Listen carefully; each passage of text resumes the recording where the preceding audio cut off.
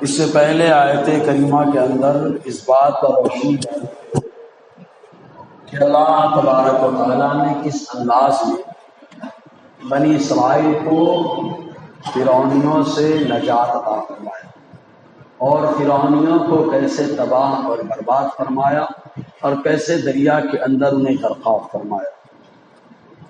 اور آج کی جو آیت کریمہ ہے، اس آیت کریمہ کے اندر حضرت موسیٰ علیہ السلام کا تورات لینے کے لیے کوہ طور پر جانا اور ادھر بنی اسرائیل کا بچڑے کی پوجا کرنا وغیرہ اس پر روشنی ڈالی جائے گی۔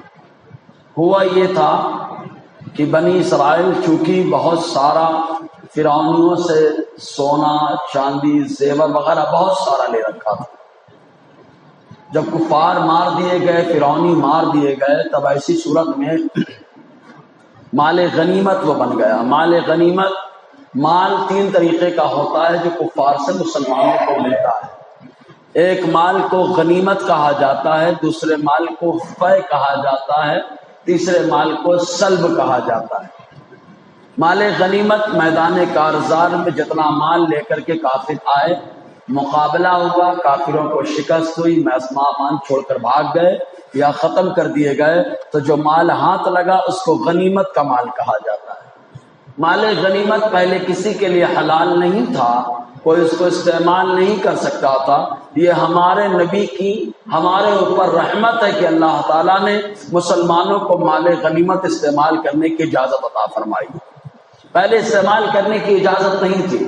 اور ایک مال فے ہوتا ہے، مال فے کفار مارے دہشت کے اپنے شہر کو چھوڑ کر کے بھاگ جائیں تو جو مال چھوڑ کر کے بھاگتے ہیں اس مال کو مال غنیمت مال فے کہا جاتا ہے۔ اور ایک مال سلب ہوتا ہے، مسلمان کافر سے مقابلہ کر رہا ہے، مقابلہ کرتے کرتے اس کے سامان کو چھین لے، جو چھین لے تو اس کو سلب کا مال کہا جاتا ہے۔ بہرحال تو بہت سارے زیورات غنیمت کے طور پر حضرت موسیٰ علیہ السلام کے ماننے والوں کے ہاتھ لگے تو استعمال کرنے کی تو اجازت نہیں تھی، تو سونا بہت سارا تھا، زیور بہت سارا تھا۔ ادھر ان لوگوں نے منت مانی تھی اور یہ کہا تھا کہ اگر ہم لوگ فرعونیوں سے نجات پا جائیں گے تو اللہ تعالیٰ کے ایک ایک حکم پر عمل کریں گے، ہم ذرا بھی کسی حکم کے خلاف نہیں جائیں گے۔ تو جب ان لوگوں کو آرام مل گیا، راحت مل گئی، تو حضرت موسیٰ نے منت یاد دلائی کہ تم نے منت مانی تھی، فرمائش کی تھی کہ ایک ایک حکم پر عمل کرو گے، اب تو نجات مل گئی، عمل کرو۔ تو ان لوگوں نے کہا ہم کو تو معلوم ہی نہیں اللہ کے حکام کیا ہیں، کوئی ایسی کتاب ملنی چاہیے جس میں اللہ تعالیٰ کے سارے احکام لکھے ہوں، زندگی کے معمولات بتائے گئے ہوں کہ روز کیا کیا کرنا ہے، کیا کیا نہیں کرنا۔ اگر مل جائے تو ہم لوگ عمل کر لیں گے۔ جس کو عمل کرنا ہوتا ہے وہ بہانے نہیں کرتا، جس کو عمل نہیں کرنا ہوتا ہے وہ 70 بہانے کرتا ہے۔ حضرت موسیٰ نے دست دعا کو اٹھایا، اے اللہ یہ کتاب کی فرمائش کرتے ہیں۔ میرے رب نے فرمایا اے موسیٰ آ جاؤ طور کی پہاڑی پر، سبحان اللہ، طور کی پہاڑی پر آ جاؤ اور آنے کے بعد 40 دن کا اعتکاف کرو، روزہ رکھو، اس کے بعد تم کو نواز دیا جائے گا۔ حضرت موسیٰ علیہ السلام نے اپنے برادر اکبر حضرت ہارون علیہ السلام کو اپنا نائب بنایا اور بنانے کے بعد آپ چلے گئے کوہ طور پر۔ کوہ طور پر جب حضرت موسیٰ علیہ السلام پہنچے تو آپ نے وہاں 40 دنوں تک اعتکاف کیا، رات بھی شامل تھے اس کے اندر، دن بھی شامل، 40 دن کا اعتکاف کیا۔ اور جو مہینہ تھا وہ ذوالقعدہ کا تھا، جس کو ہم لوگ خالی کا مہینہ کہتے ہیں۔ پورا مہینہ پورا ہوا، جب مہینہ پورا ہوا تو ایک حضرت موسیٰ علیہ السلام کوہ طور پہ ہے، ادھر ایک شخص تھا جس کا نام موسیٰ تھا یا جس کا نام یحییٰ تھا، قبیلہ بنو سامرہ سے اس کا تعلق تھا، اسی بنا پر اس کو سامری کہا جاتا تھا۔ وہ آدمی لوہار تھا جو لوہے کو ڈھال کر کے کچھ بھی بنا دیتا تھا، تو اس نے دیکھ رکھا تھا زیورات بہت سارے ہیں ان کے پاس، اور وہ جو ایمان لایا تھا زبان سے لایا تھا، دل سے ایمان نہیں لایا تھا۔ تو اس نے موقع کو تو غنیمت سمجھا کہ موسیٰ علیہ السلام ہے نہیں، وہ انتظار کر رہا تھا کہ حضرت موسیٰ علیہ السلام کہیں جائیں، میں اپنے پرزے یہاں پر پھیلاؤں۔ چنانچہ اس نے لوگوں کو کہا جاؤ موسیٰ علیہ السلام کے بھائی ہارون سے پوچھو ان زیورات کا کیا کرنا ہے۔ حضرت موسیٰ علیہ السلام کے برادر اکبر حضرت ہارون علیہ السلام سے ان لوگوں نے جا کے پوچھا کیا کریں۔ ہارون علیہ السلام نے فرمایا ایک گڑھا کھودو اور گڑھا کھود کے سارے زیورات وہیں پر توپ دو، دفن کر دو۔ زیور سونا چاندی روپیہ پیسہ گاڑنے کو کوئی کہے تو دل میں بات نہیں بیٹھتی، جیسے ہی کہا، لیکن یہ غور نہیں کرتے نبی نے کہا ہے۔ وہ لوگ پسو پیش کرنے لگے، سامری کو موقع مل گیا کہ اب لوگ ہمارے فیور میں آ سکتے ہیں۔ حضرت موسیٰ علیہ السلام نے ادھر 40 دن کا اعتکاف کیا، روزہ رکھا، اور روزے میں روزے دار کے منہ سے جو بو نکلتی ہے وہ بو اللہ تعالیٰ کو مشک سے بھی زیادہ پسند ہوتی ہے۔ تو 40 دنوں تک موسیٰ علیہ السلام نے اعتکاف کیا تو مسواک نہیں کیا تھا۔ 40 دنوں بعد آپ نے کہا 30 دن ہو گئے ہیں، اعتکاف کر لیا ہے، روزہ رکھ لیا ہے، 30 دن مکمل ہوئے، مسواک میں نے نہیں کیا، لاؤ مسواک کر دوں۔ جب مسواک آپ نے کی تو روزے دار کے منہ میں جو بو آ رہی تھی وہ بو ختم ہو گئی۔ تو رب نے حکم دیا اے موسیٰ 10 دن اور روزہ رکھو، اعتکاف کرو، 10 دن اور روزہ رکھو، اعتکاف کرو، تاکہ روزہ رکھو تو منہ میں روزے دار والی بو پیدا ہو جائے، اور یہ بھی معلوم ہو جائے کہ مسواک کرنے سے اللہ کی دوری نہیں ملتی ہے، مسواک کرنے سے اللہ کا قرب ملتا ہے۔ اسی لیے تو حضور نے ایک موقع پہ فرمایا السواک مطہرۃ للفم ومرضاۃ للرحمن، حضور نے فرمایا مسواک ہے جو منہ کی صفائی کا بھی آلہ ہے اور رحمان کو خوش کرنے کا بھی ذریعہ ہے، اللہ اس سے خوش ہوتا ہے۔ 10 دن جب بڑھا دیا گیا، حضرت موسیٰ 30 دن بول کر کے گئے تھے، سامری کو موقع ملا کہ دیکھا موسیٰ نہیں آئے ہیں۔ ارے موسیٰ ہماری طرح انسانی تو ہے، ان کے اندر کوئی کمال نہیں، خالی وہ عصا دکھاتے ہیں اور اس سے اپنی طلسمات دکھا کر کے تم لوگوں کو اپنے فیور میں کر لیا ہو۔ کہا دیکھو ابھی میں ان سے بہتر چیز تم کو بنا کے بتاتا ہوں۔ کہا کیا بناؤ گے؟ کہا اپنے زیورات میرے حوالے کرو۔ ان لوگوں نے زیورات دیا سامری کو، سامری نے شاندار اس کو انداز میں ڈھالا، اور ڈھالنے کے بعد ایک بچڑا بنا، بچڑا بنانے کے بعد سیٹی دیکھا، دیکھیں سیٹی بجائی ہے، ہوا بھرتی ہے تو آواز نکلتی ہے، ہوا بھرتی ہے تو آواز نکلتی ہے، تو ویسے ہی اندر سے خالی رکھا، بس شاندار بچڑا بنا دیا خوبصورت۔ اور بنانے کے بعد اب کچھ لوگوں نے یہ کہا کہ خالی اس کے اندر ہوا بھر جاتی جانور میں تو وہ بچڑا بولنے لگتا، تو بولنا نہیں تھا، سیٹی میں جیسے آواز بھرتی ہے تو سیٹی سے آواز نکلتی ہے، ویسے ہی بچڑے میں آواز بھرتی تھی، ہوا بھرتی تھی تو آواز نکلتی۔ اور کچھ لوگوں نے کہا کہ اس میں ایک مٹی کو اس نے ڈالا تھا، وہ مٹی وہ تھی کہ جب حضرت جبرائیل آئے تھے زمین پر، آپ کی گھوڑی کا ٹاپ جہاں پہ پڑتا وہاں پہ سبزہ اٹھ جاتا، تو اس نے وہ مٹی اٹھا رکھی تھی، اس مٹی کو ڈالا، اس کے کمال سے اللہ نے اس کی کچھ قوت گویائی عطا فرمائی۔ واللہ عالم بالصواب، دونوں روایتیں۔ جب ہوا بچڑا تو اس نے کہا دیکھا یہ موسیٰ کا معبود ہے، معاذ اللہ، موسیٰ بھول کر کے چلے گئے ہیں، معاذ اللہ۔ لوگ اس کے فیور میں آنے لگے، بچڑے کی پوجا کرنے لگے، خود دھوم دھمال کرنے لگے۔ حضرت ہارون علیہ السلام کو معلوم ہوا، حضرت ہارون نے فرمایا غلط کر رہے ہو تم لوگ۔ چنانچہ وہ لوگ نہیں مانے، 3 گروہ میں بٹ گئے۔ پہلا گروہ وہ تھا جو مزیدار انداز میں لگا ہوا تھا شرک کرنے میں، بچڑے کی پوجا کرنے میں۔ آج بھی ان کی نسلیں بچڑے کے چکر میں پریشان ہیں، بچڑے کے چکر میں، اس کی پوجا کے چکر میں پریشان ہیں۔ ان کو تو اس کا پیشاب بھی امرت نظر آتا ہے، گوبر بھی نہ جانے کیا کیا نظر آئے۔ ان کی نسلیں ہیں، ان کی سوچ اور بچار کے حامل لوگ ہیں۔ چنانچہ حضرت ہارون نے کہا غلط کرتے ہو، نہیں مانا ان لوگوں نے، بچڑے کے پوجے میں لگے رہے، اعتکاف بھی کیا، ڈانس اچھل کود بھی خوب کیا وہاں۔ آج بھی دیکھو جتنے لوگ رکھتے ہیں مجسمے، سب جگہ اچھل کود نظر ہی آتا ہے، کہیں رنگ کھیلنا ہے، کہیں بھنگ کھیلنا ہے، کہیں نشے کرنا ہے، کہیں کیا کرنا ہے۔ اور اسلام لہو و لعب سے پاکی کا ذہن عطا فرماتا ہے۔ یہ گندگی ہے، جس گندگی سے اسلام انسان کو نکال کر صاف ستھرا بنانے کا ذہن دیتا ہے۔ حضرت ہارون نے سمجھایا ایک گروہ لگا رہا. دوسرا گروہ وہ تھا جو حضرت ہارون کے ساتھ آ گئے. دوسرا گروہ وہ تھا جو حضرت ہارون کے ساتھ کہ بچڑے کی پوجا نہیں ہوگی، پوجا ہوگی دوسری ایک اللہ کی پوجا ہوگی. تیسرا گروہ وہ کھڑا ہو گیا، نہ میں اس کے ساتھ نہ اس کے ساتھ، میرا سب کا ساتھ سب کا وکاس. سب کے ساتھ لگے رہے، نہ ایک دم خاموش لبرل بن گئے، یہ بھی صحیح وہ بھی صحیح، دونوں کے چکر میں لگے. معلوم بچنے والا تینوں گروہ میں کون تھا؟ جو حضرت ہارون کے ساتھ تھا، جو بول رہا تھا غلط کر رہے ہو، اور وہ لوگ جو بول رہے تھے تم بھی صحیح تم بھی صحیح، وہ بھی غلط، اور جو پوجا کر رہا تھا وہ بھی غلط. تو غلط کو صحیح بولنے والا بھی غلط ہوتا ہے. نہ وہ بولے کہ میں اپنے اعتبار سے صحیح ہوں. آدمی ہر آدمی اپنے اعتبار سے صحیح ہوتا ہے. چور کا ساتھی چوری کرنے جائے، اگر اچھی سے چوری نہ کرے، بولے تم نے صحیح سے نہیں کیا.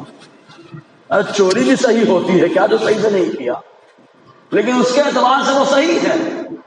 وہ چکے کے اعتبار سے صحیح ہوتا ہے. اب ہم بولے بھائی ہم لوگ مسجد میں رہتے ہیں، ہم لوگ صحیح کر رہے ہیں، نماز روزہ صحیح کر رہے ہیں. ہر آدمی اپنے اعتبار سے بات کرتا ہے. تو آدمی کے اعتبار سے کسوٹی نہیں ہے، کسوٹی وہ ہے جو اللہ تعالیٰ نے اپنے محبوب کے ذریعے سے ہم کو عطا فرمایا ہے. یہ صحیح ہے، یہ غلط ہے، جو غلط ہے وہ غلط ہے، جو صحیح ہے وہ صحیح ہے.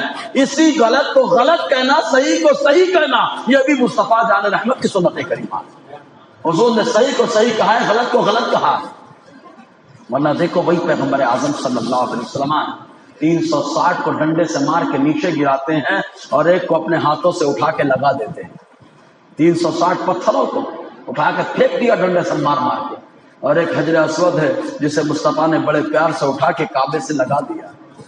سمجھ رہے ہیں؟ تو مصطفیٰ جان رحمت اللہ نے جو قانون دیا ہے، صحیح کو صحیح کہنا ہے، غلط کو غلط کہنا ہے. ورنہ اعلان نبوت سے پہلے سارے کافر حضور کو مانتے تھے، سارے مشرک حضور کو مانتے تھے. ہر کوئی یہی کہتا تھا یہ سچے ہیں، وعدے کے سچے ہیں، امانت دار ہیں، اخلاق میں بے مثل و بے مثال ہیں. لیکن خالی صفا کی پہاڑی پہ چل کے مصطفیٰ نے اتنا کہہ دیا. ابھی تک تم نے محمد بن عبداللہ کو دیکھا تھا، لیکن یہی محمد بن عبداللہ وہ ہے جسے اللہ نے اپنا رسول بنایا.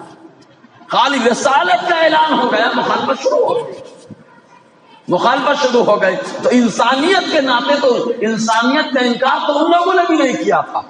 معلوم ہے انسان کامل اللہ نے جسے بنایا ہے وہ کوئی اور نہیں ہے، وہ مصطفیٰ جان رحمت کی ذات ہے. لیکن انکار رسالت پہ، جھگڑا ان لوگوں نے رسالت پہ کیا تھا، عظمت رسالت پر کیا تھا. بہرحال تو دو گروہ پوجا کرنے والے بھی پٹے. ابھی کیا سزا آگے آ رہی ہے. اور جو تیسرے نمبر کا تھے سب صحیح، یہ بھی صحیح وہ بھی صحیح، بہت پٹے. اور جو ہارون کے ساتھ رہے وہ بچے. ادھر 40 دن مکمل ہوئے. ذوالقعدہ کا پورا مہینہ اور ذوالحجہ کے شروعاتی 9 دن، 10واں دن آیا دوپہر میں، اللہ تعالیٰ نے تورات کی 7 تختیاں حضرت موسیٰ علیہ السلام کو عطا فرمائی. اور جب تورات کی 7 تختیاں عطا فرمائی اور فرمایا اے موسیٰ تم تو یہاں تورات لینے آ گئے، لیکن تمہاری قوم نے بڑا غضب کر دیا، وہاں بچڑا بنایا، بچڑے کی پوجے میں لگے. حضرت موسیٰ علیہ السلام جلال میں، اور جلال حضرت موسیٰ کا مشہور ہے، میرے مصطفیٰ کا جمال مشہور ہے. ادھر موسیٰ کا جلال مشہور ہے، مصطفیٰ کا جمال مشہور ہے، اپنی اپنی بات ہے. جی حضرت موسیٰ علیہ السلام جلال میں رہے. 6 تختیاں زمین پہ آئیں تو اللہ نے آسمان پہ اٹھا لیا. جو تورات 1 تختی بچی. حضرت موسیٰ علیہ السلام جلال میں گئے تو جانے کے بعد سامری کو پہلے خطاب نہیں کیا. حضرت موسیٰ علیہ السلام نے حضرت ہارون سے خطاب کیا اور کہا یہ کیا ختم کروا ڈالا تم نے؟ ہم نے اپنی قوم کو تمہارے حوالے کیا تھا، تم نے کیا غضب کر ڈالا؟ سوچو روز محشر اگر مصطفیٰ جان رحمت کہیں علماء تم نے ہماری قوم کو کہاں پہنچا ڈالا؟ ہم نے تم کو اپنا نائب بنایا تھا، تم کو نبیوں کا وارث بنایا گیا تھا، تم نے کیا بتایا قوم کو؟ کیا جواب دیں گے وہاں؟ تو مصطفیٰ جان رحمت نے نائب بنایا تو نیابت کا حق ادا ہو. صحیح کو صحیح، غلط کو غلط کہا جائے، تبھی نیابت کا حق ادا ہوگا. اور اگر یہ بھی راضی وہ بھی راضی تو رب راضی نہیں. رب کو راضی کرنا ہے تو صحیح کو صحیح کہنا ہے، غلط کو غلط کہنا. جی داڑھی پکڑ لی، اپنے بڑے بھائی کی داڑھی، بتا دیا کہ تبلیغ کے معاملے میں کوئی بڑا چھوٹا نہیں ہوتا، جو فریضہ ادا نہیں کرے گا سرزنش کی جائے. حضرت موسیٰ نے داڑھی پکڑ لی. حضرت آدمی نے کہا میں نے سمجھایا آپ کی داڑھی کو چھوڑے، لا تشرک باللہ. اگر وہ دیکھیں گے بچڑے کی پوجا کرنے والے ہنسیں گے. حضرت موسیٰ علیہ السلام کو سمجھایا. حضرت موسیٰ کا جلال کب ہوا؟ آج جلال میں سامری کے پاس پہلے پہنچے. سامری تو نے یہ کیا کیا؟ تو اس نے جانتے کیا کہا؟ میرے دل نے مجھ کو اس پر آمادہ کیا. بہت ہوتے ہیں نا ہمارے یہاں دل والے کہ دل سے ہم جو بھی کرتے ہیں دل کی کرتے ہیں. دل کی بعد میں کرنا، پہلے دل والی کرو. دل مانے جماعت صحابہ والا کام کرو، جماعت اہل بیت والا کام کرو، جماعت انبیاء والا کام کرے. سمجھ رہے کہ نہیں؟ دل کی بعد میں کرنا، دل سے کرو. جی سمجھایا نہیں مانا. کہا جا، اگر تجھے کوئی چھوئے گا تو تجھے کرنٹ جیسا محسوس ہوگا، تکلیف ہوگی. یہی وجہ کہ سامری نکلا تو کیا کہتا تھا؟ لا مساس، چھونا مت. اگر کوئی چھو لیتا تو مصیبت آ جائے. یہ سزا حضرت موسیٰ علیہ السلام نے اس کو دی. اور اس کے بعد بچڑے کے بارے میں حکم دیا کہ اس کو جلاؤ، اور جلا کر کے اس کی راکھ جو ہے نا دریا میں پھینک دو. جب راکھ دریا میں پھینکی گئی تو کچھ اتنے متوالے بن گئے تو اس بچڑے کے اتنے دیوانے کہ جس میں پانی میں پھینکا گیا اس پانی کو اٹھا کے پینے لگے. جب اٹھا کے پینے لگے رب نے سزا دی، ان کے چہرے کالے پڑ گئے. اللہ تبارک و تعالیٰ نے ایسی سزا دی. پھر اس کے بعد جو لوگ توبہ کرنے پہ آئے اللہ نے کیسے توبہ کا حکم دیا. بعد میں اللہ تعالیٰ کیا فرماتا ہے دیکھیں. وَإِذْ وَعَدْنَا مُوسَىٰ 40 لَيْلَةً، اے بنی اسرائیل کے لوگوں یاد کرو ہم نے وعدہ کیا موسیٰ سے 40 راتوں کا. پہلے اللہ تعالیٰ نے 30 دن کا وعدہ کیا تھا. اس کے بعد مسواک آئی، اللہ تبارک و تعالیٰ نے 10 کا اضافہ فرما دیا. اس طریقے سے 40 کا معاملہ ہوا. اب اللہ نے وعدہ کیا موسیٰ علیہ السلام سے. موسیٰ یہ عربی لفظ ہے یا عبرانی؟ اس سلسلے میں 2 قول پائے جاتے ہیں. کچھ لوگوں نے کہا کہ موسیٰ عربی لفظ ہے، کچھ لوگوں نے کہا عبرانی ہے. جن لوگوں نے موسیٰ کو عربی لفظ مانا تو ان لوگوں نے کہا یہ صفت ہے، اس میں تفضیل کا مؤنث کا صیغہ ہے، فعلا کے وزن پر موسیٰ، جس کے معنی ہوتا ہے اکڑ کر چلنے والی ذات. حضرت موسیٰ علیہ السلام کفار کے سامنے بہت اکڑ کر کے چلتے تھے. کفار کے سامنے اکڑ کر کے چلنا انبیاء کی بھی سنت ہے اور صحابہ کی بھی سنت ہے. کفار کے سامنے اکڑ کر کے چلنا. یہ دیکھو مدینہ طیبہ سے جب صحابہ کرام خانہ کعبہ پہنچے تو دبلے پتلے صحابہ، بدن کے اعتبار سے ایک دم نحیف اور ناتواں کمزور. مکہ کے باشندوں نے کہا یہ حج کر پائیں گے؟ اتنے بار طواف کرنا پڑے گا، سعی کرنی پڑے گی، مینا میں جانا پڑے گا، یہ کرنا پڑے گا، وہ کرنا پڑے گا، پریشان ہو جائیں گے. مصطفیٰ نے فرمایا کہ جب طواف کرنا تو شروعاتی 4 چکر میں سینہ تان کر کے طواف کرنا، اس کو رمل کہا جاتا ہے. تو مصطفیٰ جان رحمت نے سینہ تاننے کا حکم کفار کو جلانے کے لیے کیا تھا. اگر کفار کے جلانے کے لیے سینہ تانا جاتا ہے تو مصطفیٰ کے فرمان پہ عمل ہوتا ہے، صحابہ کے طریقے پر عمل ہوتا ہے. حضرت موسیٰ علیہ السلام کفار کے سامنے اکڑ کر کے چلتے. اب اگر کوئی سنی عالم اکڑ کر چلتا ہے تو نہ جانے کتنے لوگوں کی اکڑ میں اکڑ آ جاتی ہے. ان کو یہ نہیں معلوم ہے کہ ایسے موقع پر اکڑ کے چلنا بھی سنت انبیاء اور سنت صحابہ. جی اب موسیٰ تو کچھ لوگوں نے کہا موسیٰ فعلا کے وزن پر، کچھ لوگوں نے کہا موسیٰ یہ مفعل کے وزن پر ہے باب افعال سے. اس میں مفعول کا صیغہ جس کا معنی جس کے لیے پتے توڑے جائیں. حضرت موسیٰ علیہ السلام وہ تھے کہ بکریاں چرایا کرتے تھے، اور آدمی جب بکری چراتا ہے جانور میدان میں لے کے جاتا ہے تو دوسرے کے ڈال کو توڑتا ہے، شاخوں کو توڑتا ہے پتے کھلانے کے لیے. تو موسیٰ علیہ السلام ڈال کو شاخوں کو نہیں توڑتے تھے بلکہ پتیاں توڑ کر کے اپنی بکریوں کو کھلایا، پتیاں کھلاتے تھے، شاخ نہیں توڑتے. جیسے ہمارے یہاں رمضان میں روزہ ہم رکھیں، احسان درختوں پہ کرتے ہیں. روزہ ہمارے ہوں، احسان درختوں پہ ہو. نہ جانے کس سے پوچھا بھی کہ نہیں پوچھا مسواک توڑنے کے لیے دال پھاڑ گا. یعنی سنت ادا کرنا ہے تو چوری سے ادا کرنا، پوچھ کر کے بھی مسواک توڑی جا سکتی تھی. بہرحال تو مفعل. اور جن لوگوں نے کہا عبرانی سے بنا ہے تو ان لوگوں نے کہا یہ 2 لفظ کا مرکب ہے. پہلا لفظ کیا تھا منہ اور دوسرا کیا تھا شے، بڑی شین. عربی میں استعمال ہوا تو چھوٹی سی کے ساتھ. منہ کے معنی ہوتا ہے پانی عبرانی میں، اور عبرانی زبان میں شے کا معنی ہوتا ہے پتا، درخت. پانی اور پتا، موسیٰ، اب عربی میں استعمال ہوا تو موسیٰ، اور عبرانی لفظ یعنی پانی اور پتا، پانی اور درخت۔ تو چونکہ حضرت موسیٰ علیہ السلام کی والدہ نے ایک شاندار تیار کیا تھا بچھونا، جس کو پالنا کہا جاتا ہے، لکڑے کا، چاروں طرف کپاس لگا دیا، اس میں لٹا کر دریا میں ڈالا تھا، دریا سے بہتے ہوئے آپ پہنچے تھے فرعون کے محل میں۔ تو پانی اور لکڑے میں آپ پائے گئے، فاتح آسیہ نے اٹھایا، اٹھانے کے بعد کا موسیٰ، اسی نسبت سے آپ کو موسیٰ کہا جانے لگا، ہے نا۔ بہرحال تو اللہ تعالیٰ فرماتا ہے یاد کرو جب ہم نے وعدہ کیا موسیٰ سے 40 راتوں کا، یا اللہ دن بھی تو ہیں اس کے اندر، تو نے رات کو کیوں رکھا؟ کہاں دن میں عبادت بلا شبہ ہوتی ہے، اعتکاف بلا شبہ ہوتی ہے، لیکن رات کی عبادت اللہ کو زیادہ پسند ہے۔ اللہ تبارک و تعالیٰ نے رات کی بنسبت دن کو مقام زیادہ عطا فرمایا۔ اب ذرا دیکھیں 12ویں تاریخ ہے مصطفیٰ کا مصطفیٰ جلوہ فرما رہے، وہ 12ویں تاریخ ہے، رات ہے، شب قدر رات میں ہے، شب برات رات میں ہے، مصطفیٰ کا آسمانوں پہ جانا، اللہ کا جلوہ دیکھنا رات میں ہے۔ تو رات کو اللہ نے زیادہ پسند فرمایا۔ کچھ لوگوں نے یہ بھی کہا دن بھی تو پسند ہے اللہ کو، تو لوگوں نے یہ جواب دیا دن پسند ہے، لیکن غیظ و غضب کا اظہار دن میں ہوتا ہے۔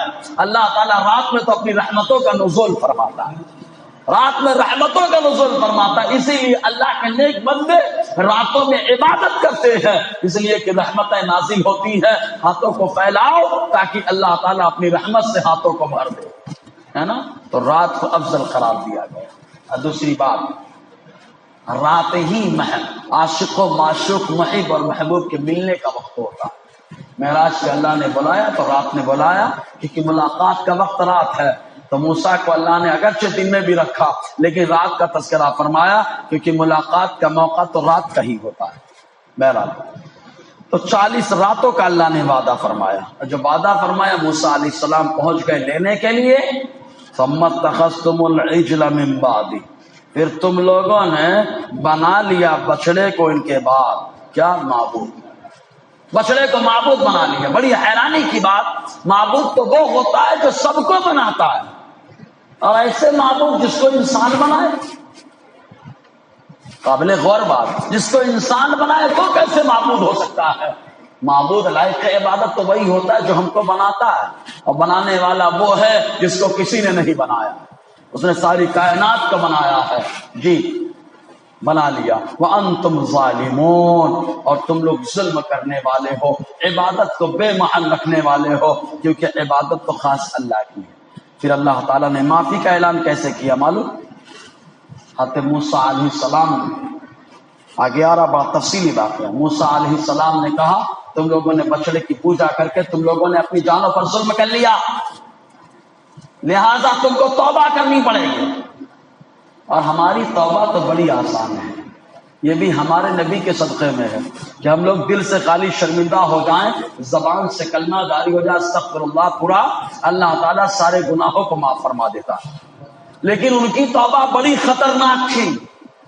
ہم گناہ کریں تو ہماری پیشانی یا ہمارے دروازے پہ لکھا نہیں جاتا۔ بنی اسرائیل اگر گناہ کرتے تو دروازے پہ لکھ رہا ہے، پیشانی پہ لکھا جا رہا ہے، آدمی کو گناہ معلوم ہو جا رہا ہے۔ اگر ناپاک ہو جائے، نہا لے، صاف ہو جائے، بنی اسرائیل کو تو ایسا حکم کے کاٹ کے پھینکو، بڑی سختی کا معاملہ تھا۔ لیکن اللہ تعالیٰ نے اپنے محبوب کے صدقے امت کے اوپر بڑا کرم کیا ہے، بڑا کرم کیا اللہ تبارک و تعالیٰ۔ امت کو بھی سمجھنا پڑے گا کہ جب مصطفیٰ اتنے کریم ہے، ہمارے اوپر اتنا کرم ہوا ہے، ہم کو کچھ تو کرم کا بدلہ چکانا چاہیے، کچھ تو کرم کا بدلہ چکانا چاہیے۔ کرم کا بدلہ یہی ہے، ہمیں گالی تو برداشت ہے، مصطفیٰ کی گستاخی بالکل برداشت نہیں، کیونکہ مصطفیٰ کے صدقے ہم کو ملا ہے سب کچھ۔ مصطفیٰ نہ ہوتے کچھ نہ ہوتا، مصطفیٰ ہیں، اللہ نے سب کچھ بنایا، اور مصطفیٰ جان رحمت کے صدقے میں اس امت کو اللہ نے بڑا مقام عطا فرمایا، بڑا مقام عطا فرمایا۔ بہرحال انشاءاللہ آگے گفتگو رہے گی کہ توبہ ان لوگوں نے کیسے کی۔